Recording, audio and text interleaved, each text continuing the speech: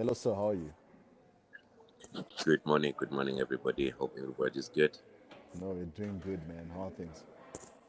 Ah, well, I'm tired, but hey, a man has got to grind. A man's got to grind.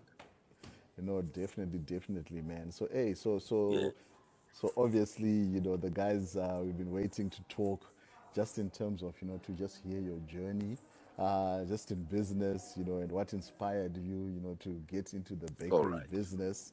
Has Yeah. it's always been so. What's your full name, though, sir? Bogi is my full name. Bohi. Okay, Bohi. All right. Bogi. No, Yeah. Bohi. All right, cool stuff. Um, And Bogi and you, Mabukwane. All right, cool stuff, man. And you are the All owner right. of Rory's Cake and Bake. Yes. Yes. Awesome, man. Man, Yes. I was on your website. I'm actually on there right now, man. It's a lovely Oh, website. great. It's Great. popping out. The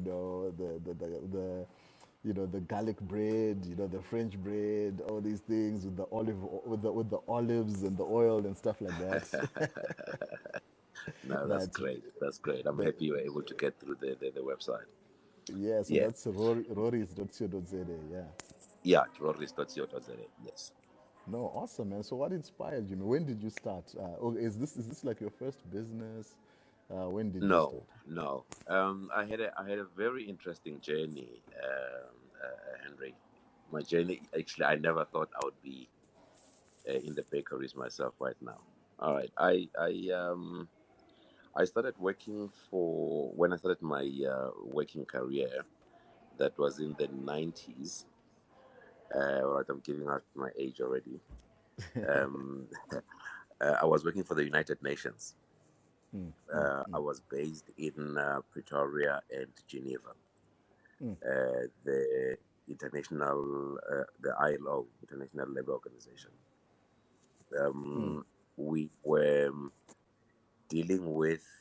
It was just after the democratic government takeover, and so we were training people on small businesses. There's a program that I've designed called "Start and Improve Your Business." That was adopted by the ILO, and we were using it in South Africa. So I worked with them for about 4 years.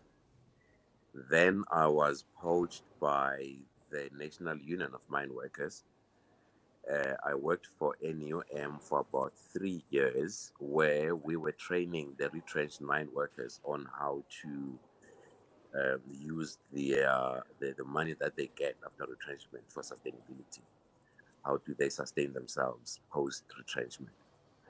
And I was with them for about 3 years. Then, interestingly, I don't know how it happened, but I was poached by South African Airways to come and start their training department. And so I've been into training then. That was my forte, HR and training. And I worked for SAA for about 15 years. But in that 15 years, I did training. Then I also started flying. Um, I was very much interested in avionics, and so I started flying, and I flew the 737, the 319, the 320s. Wow. And in 2015, I thought to myself, you know what? I'm creating wealth for myself, but I'm not creating anything for my family. Yes, they know the world, they've seen the world, they're flying business class, they're doing this. I mean, there's no country that they haven't been to. But now I thought, what legacy am I leaving for them? Should God forbid anything happen? But we had already started businesses with my wife. Um, we owned, if people know Eden Vale, we opened the first Kentucky Fried Chicken franchise in Eden Vale. Wow. That was in the early 90s, mid 90s. It was on Van Riebeck Street. And we left KFC because of the their conditions that were changed, and we thought that no, no, we're now working for them. We're no longer making money for ourselves, and so we ventured into. We bought two franchises. The Sandwich Baron. I don't probably people know the brand Sandwich Baron. No, I know We them. had a Yeah. Sandwich Baron in Edenvale. We had a Sandwich Baron in Pretoria. We it ran very well. Actually, the Sandwich Baron in Joburg is still there. We have just moved premises to Croydon, and we closed down the one in Pretoria because the market was not right for it. I will talk about that. It was a good lesson for ourselves. And so, in terms of your marketing and your research, is something that you need to look at. And then we then had we bought shares in a company called Fahrenheit. I don't know if people know there's a restaurant in Edenvale called Fahrenheit. We also have a branch in Boksburg and in Alberton. Wow. Now, in 2016, I decided that I'm going to leave commercial flying and I'm going to start something that will be a legacy for our children. That's where the bakery. I did some research to try and find out what is it that it's needed, and I found out that in Pretoria we've got a desperate need for bread.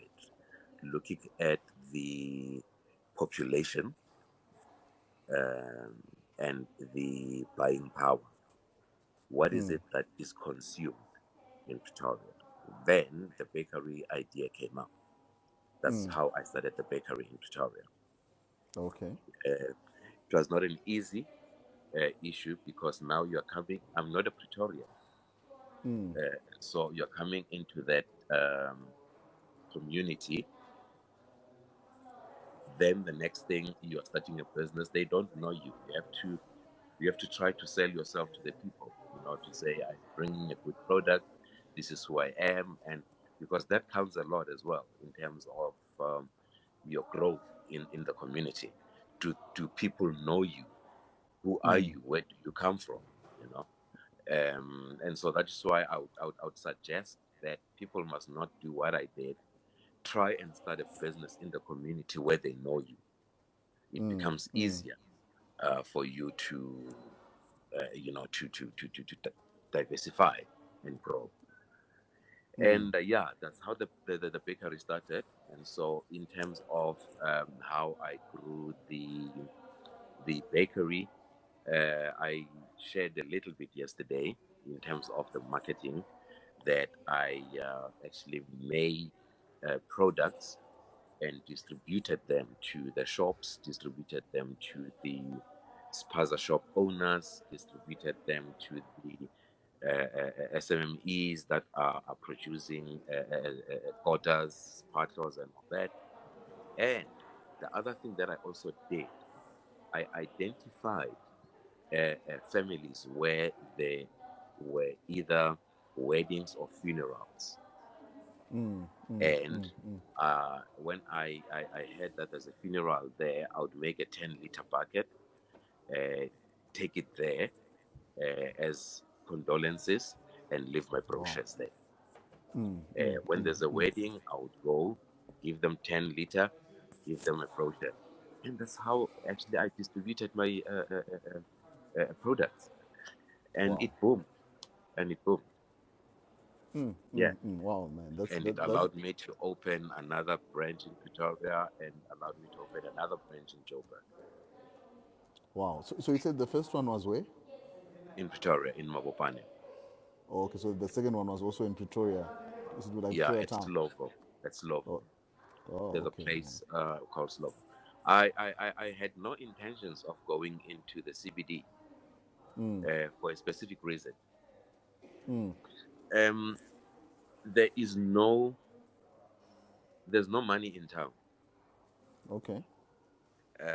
There's money in the townships, and believe you me, there if you really get your business well, you will create a good niche. Um, my lesson that I learned with the franchise that I had to close at Wonder Park is the community that goes to Wonder Park. It's 80% black people and 20% white.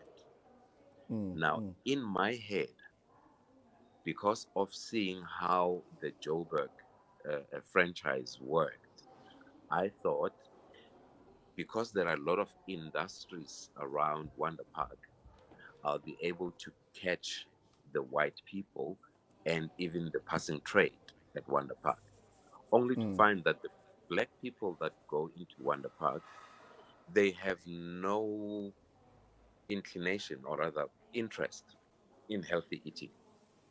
They Wow. would want to go chicken licken, they go Kentucky, they go Nando's, they go, Fisher Ways. But when you come and say, I've got a healthy French bread, it does not appeal to them. It does not appeal at all. And I lost quite a lot of money because I really tried to make it work, and it didn't work. Because with a sandwich baron, we make money with like your platters, your sandwiches, and all. And you won't go to town because Wonder Park would be town for other people. You won't go to town and want to eat bread. I go to town, I want to eat chicken licken. I want to eat It- Kentucky. I want, It's the you know, it's the highlight, right? is the highlight, yes. And so healthy eating was not the issue. And that's where I lost money. So how would you say you one would have done like their market research? I mean, looking now with hindsight, how would you In, have done it, or how yeah. are you now doing it? In hindsight, what I would have done, I would have looked at the number one propensity to buy, to spend. I would look at the number of the demographics. Look at the how the people eat around. What are their interests, and look at the available food court. Look at what is available at the food court. Because what I thought, I looked at the food court, I thought chicken, chicken, chicken, chicken, chicken, fish. Wow. Then there's an opening. These people would really need healthy food they would eat, only to find that the demographics, the taste of the people in Pretoria, the healthy eating does not appeal. It appeals to a very few percentage of the total population that comes through. Had I used the same sport that I have and created quotas, trust you me, my brother, trust you me, my brother, I would have missed it if I had the knowledge of what Pretorians love, because they love what there's no even men in suits in Pretoria, they eat sparkle. Wow. That's how popular sparkle is in Pretoria. Had I known that what they like eating, I would not have opened a sandwich baron in Pretoria. Wow, wow, wow. So in terms of, so some people would say, okay, let us, where is the balance between trying to raise awareness and just trying to, have a feasible business? Is it worth it? Like in that, to say, okay, maybe let's conscientize people about health eating, or let's just give them what they want. You know what? That it's a thin line. It's a thin line, my brother. If you want to make money, give people what they want. If you're a social entrepreneur, try to conscientize people about healthy eating. Then know that you will make your money after 10 years, right? Yeah, But if yeah. you want to make your money now, Give the market what the market needs. No, that's so true. Remember, That's so true. remember that one of the things I said yesterday was, you make for an entrepreneur to make money, you need to supply what the market demands. And so, uh, leave it to the government for them to try and raise awareness about healthy eating. The health department will do that. But if you really want to make money now, make money now. You can have side of where you're making money. A little corner of the healthy eaters. You know, but make money and conscientize people about healthy eating. Wow, no, no, that's so true. Hey, especially when you're Yeah, you trying need to hit a balance. Yeah. to establish yourself. I think Yes. it's Yes. better to make establish yourself first. Then you can be get the social aspect going. But I think from just wanted to also just find out what is your like how did you sort of develop your products, develop like in your bakery right now. I know you were in the food business, of course, but how did you start like how do you learn how can we learn about product development, especially in an area where we haven't been before? You need to try and look at service providers that would assist you in that area. I looked for the people that supply you with ingredients. Like in my case, uh, I had people that were suppliers that would train you on how to make bread, how to make croissants, how to make muffins, how to make all these other products. They've got free training because they make their money by selling new products, and so as a way of holding you, they give you training. And so at Chipkins apparatus, in my case, trained us on the product. And so I made it a point that I go and learn in intensively on the do's and don'ts of how to make bread, how to make all the products that we're making, all the offerings that we have. Because I didn't want, when I employ people, then they come with the wrong things that they've learned from wherever they were working, and then bring them into a new business, and we start doing wrong things from the beginning.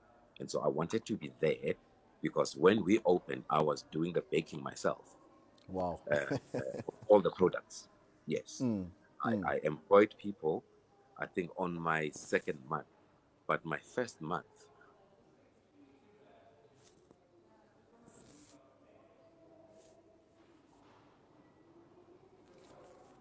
Hello, I think we lost you there. Can you guys hear me, Mr. Bogi? Yeah, okay, Sorry, you're guys. back now. All right. Yeah. And so I made it a point that I bake myself, and so I was sure of the quality that I was producing. And when I employed people, I said, "This is what I want," you know, and so they had to hold that quality. And now I've got bakers that bake, and they are holding the quality. And I was not scared to fire people. Okay. Yeah. That's one problem, that, or mistake, that we do in our small businesses. That oh, now if I fire this person, how will they look at me? What are they? No, no, no, no. If these people are not doing what you want, let them go. Remember that this is your business. You have invested. If this business goes down the drain, they're going to seek employment somewhere, but your investment would be gone. Yeah. No, And definitely. so have what you want. Make sure that you've got the quality that you need, and you work on that. You work on that. Yes. Wow, I mean that's amazing, and I think as you say that, was this thing I think with information these days sometimes you want to be like a cell phone business owner, get other people Yeah, to do these things and whatever. But as you are saying, that if you don't know, how many, how things work, how the machines work, people can tell you yeah, anything. And yeah, and also, yeah, as you are yeah. saying, that Yeah. you want to bring your own culture to the organization, your own footprint, your own DNA, then you need to Yes. do the work. You know, Yes. you need to do the Yes. work instead of having others, people to do the stuff. Yes, you can get them later on, but you need to know. So you basically know how every machine works, everything. Every machine. Yep. Yep. Yep. I everything. I know everything.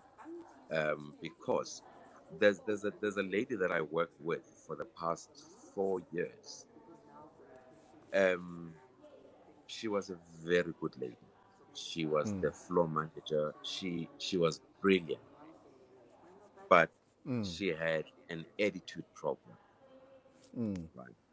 And I spoke to her on several occasions that you need to change your attitude because I am losing customers because of your rudeness. Wow. And she would be better for a week after I spoke to her. Then she would revert back to her old ways. I had to let her go. She did not believe it. I had to let her go Wow. because I would rather lose you than to lose my customers. And your You know, reputation. and my reputation. Yes, I've got a reputation to uphold. I've got, my customers. I want them when they get into my shop, they need to be greeted with a smile. I don't want that, the phenomenon that we know about supermarkets where the first word they ask you is plastic. You know, I did not want that. I wanted people to greet my customers, have a rapport, speak to my people, let them know that we are happy that they came. That one person that comes to buy one loaf, we actually woke up to bake the whole night so that that person comes in and that person gets that one loaf, and we appreciate them. You know, thank them for coming through. I want that. Wow. I want that. Wow, man. I mean, that's amazing, right? That's amazing, and I think it's all about culture. I think that's the difference. As you're saying, that's the difference between, having being different from your competitors, right? Yeah, As you're saying, yeah, I think from your end, you didn't eat. I don't know unless you did, but the same. It's still French bread, which we all know. yeah. It's still bread, which we all know. But the thing is about the experience, right? The experience Yes, that the customer yes, actually has yes, when they yes. go into your shop. When they are doing all things. I think that's what makes the difference. At the end of the day, that's what makes the difference. Yeah, So just in terms of, I mean, you have talked about your marketing strategy, which is yeah. like, it's really in the trenches. Yes, you I know had to go in the trenches, my brother. Yeah. Wow. So from there on, like, have you changed your strategy now? How are things looking like now? Uh, a business evolves, my brother. Um, with the strategies that I used when I started are different now, because now I'm no longer identifying the small person and at the corner, or the one household. Now I am looking at a bigger picture where I'm now looking at supplying a bulk at big supermarkets. I'm trying to supply bulk at institutions now. So I'm working on trying to supply my products at the local prisons, the local hospitals, the local police stations. You see, now my marketing strategy has changed from the micro. I'm looking at it macro now to say, how can I now infiltrate the bigger institutions? And so, but I haven't stopped, going back to my customers, trying to have a conversation with them time and again, because that is important, to keep in touch with your people. I would say your people, because they are the people that are actually making you who you are on a daily, and that's very much important.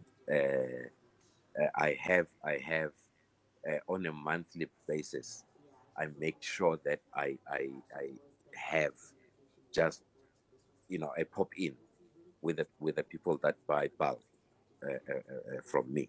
I go to their areas. Hi, how you doing? Are you still happy with the product? Is there anything else that we could change? Do you want any other products? Like now we're going towards Easter. Now I'm starting to do hot cross buns. Other people at the shops, they say, yes, bring them. Our people might be interested in them. And so, because we've got seasonal cakes as well. Christmas, we've got different cakes for Christmas.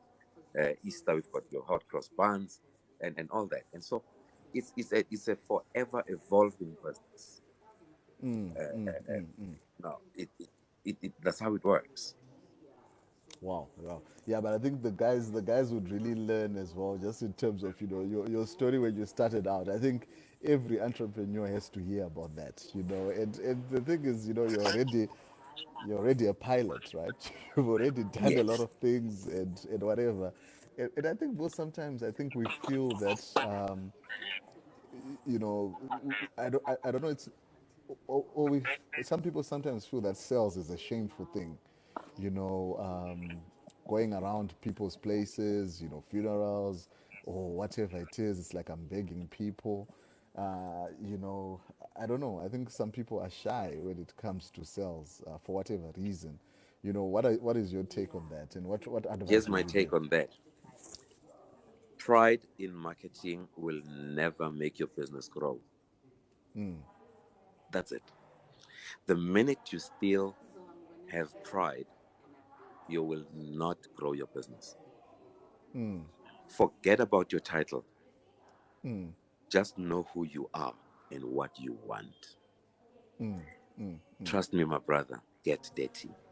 Get dirty. Uh, because I know other people would look at me and say, wow, as a pilot, you're going to go to a funeral and ask to speak to the family member and give them a 5 liter and a brochure. You know what? If I haven't done that, my business would not have grown. And you just need to swallow your pride and make it work, bro. Get your hands dirty. Get your hands dirty. Forget about the titles that you held. And forget about, just say, I'm going in and I'm going to make it work. Wow, because For some as people long say, as you've got for as long as you've got one leg in your business, you'll forever have doubts. sure. Put two legs in. Go for it, my brother. Go for it. There's something I did not share with you. My first bakery. There were riots here in 2016 August in Pretoria, and actually my first building got torched Sure. because my neighbors were Pakistanis, Yo. and they were burning it was a xenophobic attack. They were Yeah. burning the business next door, and unfortunately my business also caught fire, and Sure. it burned to ashes, right? And I thought, now what? I've invested money in this and now it's gone. I lost about 1 million Yeah. in there. But I thought, you know what? I saw that this thing is working. I spoke to the family. I said, you know what? I'm going to tap into my pension fund. And guys, if this does not work, I'll have to go back flying. But I am going all in. I went to my pension fund. I took my pension fund. I reinvested. I bought new equipment. I bought everything new that was of almost about 750,000. I went back into it. And here is it. It's working now. It's working. Wow. Wow. And so I mean, if that's I did not put my all in it, I would have said, no, this didn't work. Maybe this was a sign that says I don't have to do this thing. Hey, bruh, go back to corporate, you know? and but I went back and I worked. I made it work. Wow, I mean that's amazing, right? Because many people, as you're saying, say that oh, this is a sign, and all these things. So how do you handle the no's, right? So I think it's also a big part of selling, right? You get no's, you get people don't want. They'll say we no, we're not gonna buy this. How do you handle it? That's why people now will say ah, I hate sales and whatever it is. It's because they are fearful of the no's. How do you handle those, the rejection? I always use an example of saying, as a man, how many ladies have you asked out, and how many said yes to you, and how many said no? Did that make you less of a man for those that said no to you? And so, if somebody said no, you said, "All right, that's a no. Thank you so much, pretty beautiful lady. You're going to try somewhere else." That does not make you a different person, but you learn from your mistakes. And Yeah. so, when you go to the next one, you try and use better words, right? And so that's how I did it. I had a lot of no's, my brother. I had a lot of no's. People that said, "No, we don't want this bread. We are fine with Albany. We're fine with this bread. We're fine with those." And I said, "That's okay. That's okay." But I was just giving you a different product that would give you the same, a pleasure, or Experience and value, yeah. experience. Yes, but yes, some said no, some said yes, and I'm happy with the ones that said yes. The ones that said no, I went back and said, "Okay, look, now we've got a different product now. It's not only bread. Now I've got rolls. Now I've got garlic bread. Now I've got this. You still don't want all of them? Try some. With sales, you go back and back and back, and you don't say, because people have bought into your product, then you relax. You know, you made a very good example yesterday and said, one of the companies that spend a lot of money in marketing is Coca-Cola. Yeah. They don't say, because we are the world's most consumed beverage, then we're not marketing.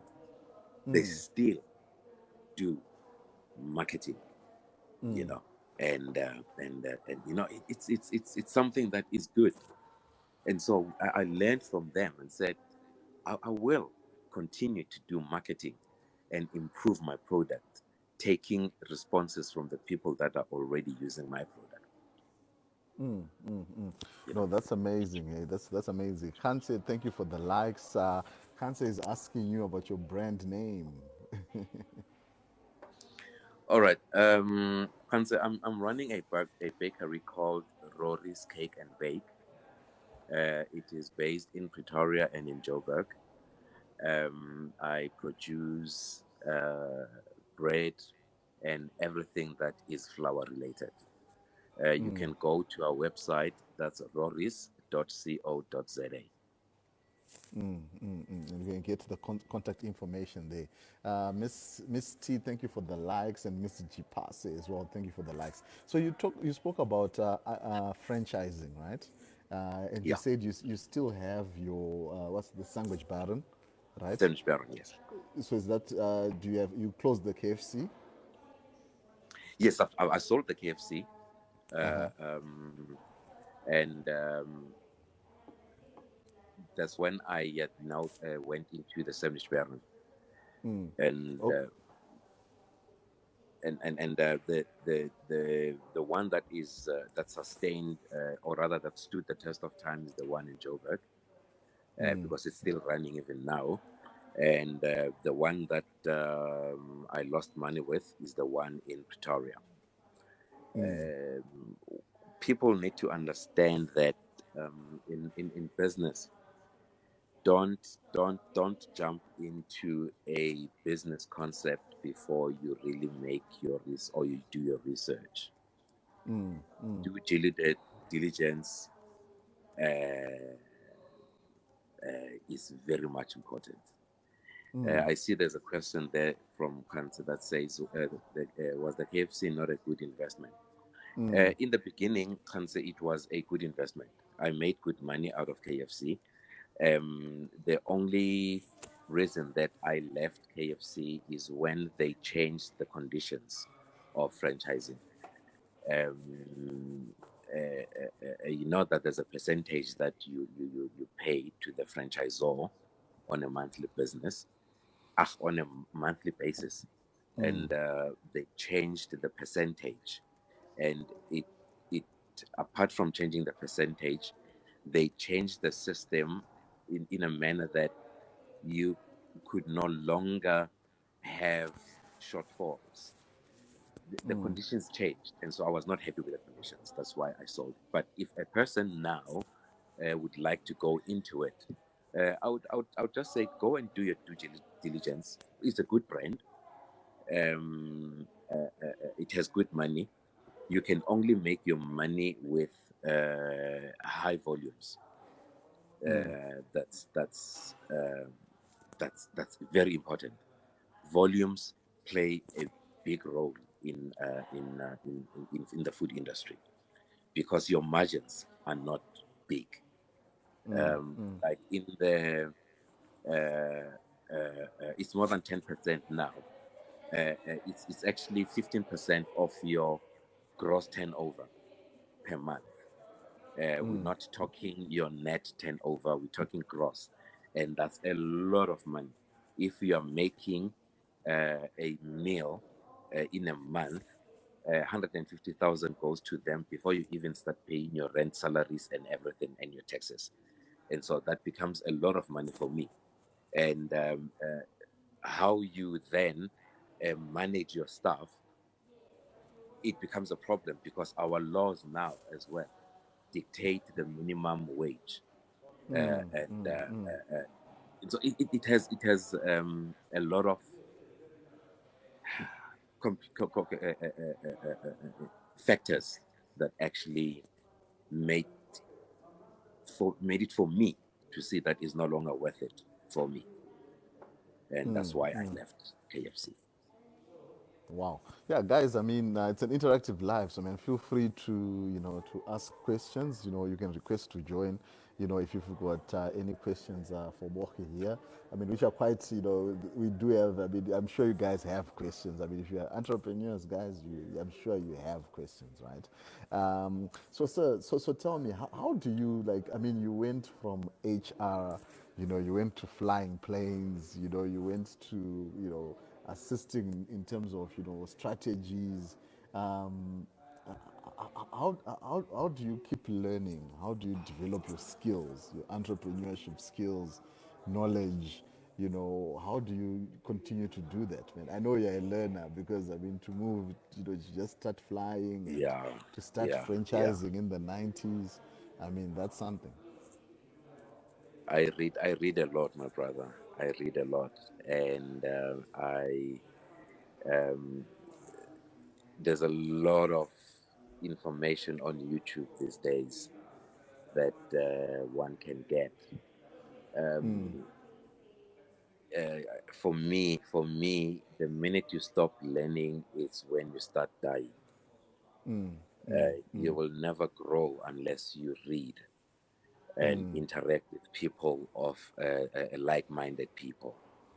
And so when I bumped into your side, I was very excited because I feel there's a lot that we can learn from each other, uh, and there's a lot that people can learn from me as well, in terms of how we share, how I've grown in business, and all that. Because the last venture that I went to 2 years ago, I'm like an octopus when it comes to business. I went into mining. Wow. There's a mine that I own in Mpumalanga. We're Sure. producing, or rather, we're mining coal, and it is purely for export. Because I did not want to go into the politics of supplying Eskom with coal. And so all the coal that we mine is for export. So yeah, where there is money, I do my research, and I invest in that. And coal, it's something that has a lot of money. The sad part is we are now in South Africa. We are trying to get away from coal as an energy generation product, and so hence for me, exporting it was the best way of doing it. And so whether we stop coal in South Africa or not, other countries are still using coal, and so I'll continue making my money. That is why I did not even want to concentrate on domestic supply. Sure. So how do you manage all these ventures? My brother, I gym, I drive a lot. I uh, One thing that I've learned is create capacity in your businesses uh, to a point where your business should be able to run without your presence.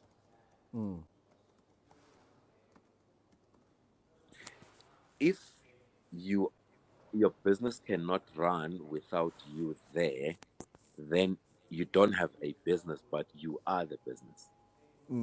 Someone said, yeah, it's a job, it's self-employment. Yeah, yeah. Wow, wow, wow. No, no, that's so true. Eh? And I'm seeing I really, Yeah, you can continue. yeah, I'm saying, and so I've made it a point that I have people in all my businesses that I can call and know exactly what is happening. And you know where to look, right? Um, I know where to look. I've got on my iPad. I'm able to access every system. When I'm in Pretoria, I can access the Joburg bakery and see what sales they've done,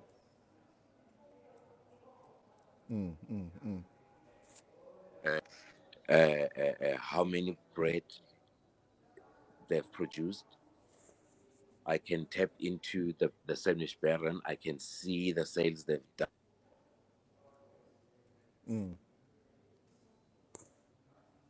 system.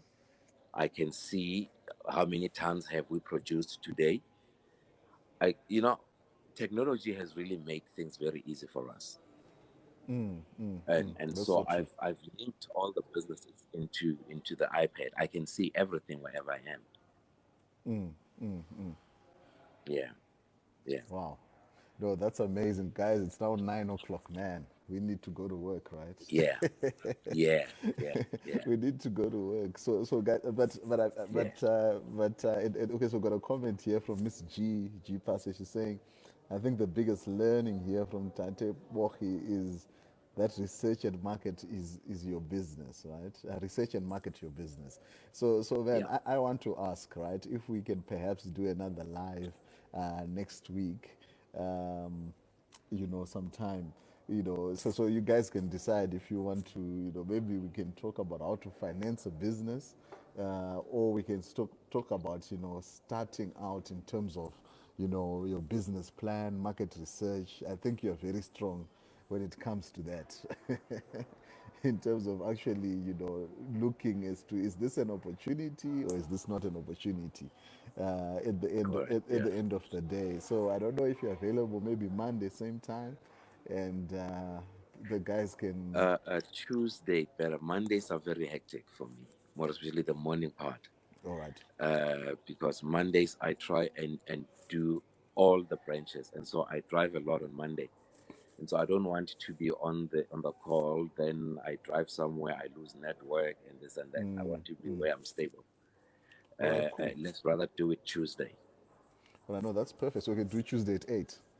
Yeah, we can do Tuesday 8. All right. So, guys, do we do market research, right? When you're starting out, and I think it's important. Right? I think that's the basis to even, before you decide and try to get money and whatever it is, is this even a business, to begin with?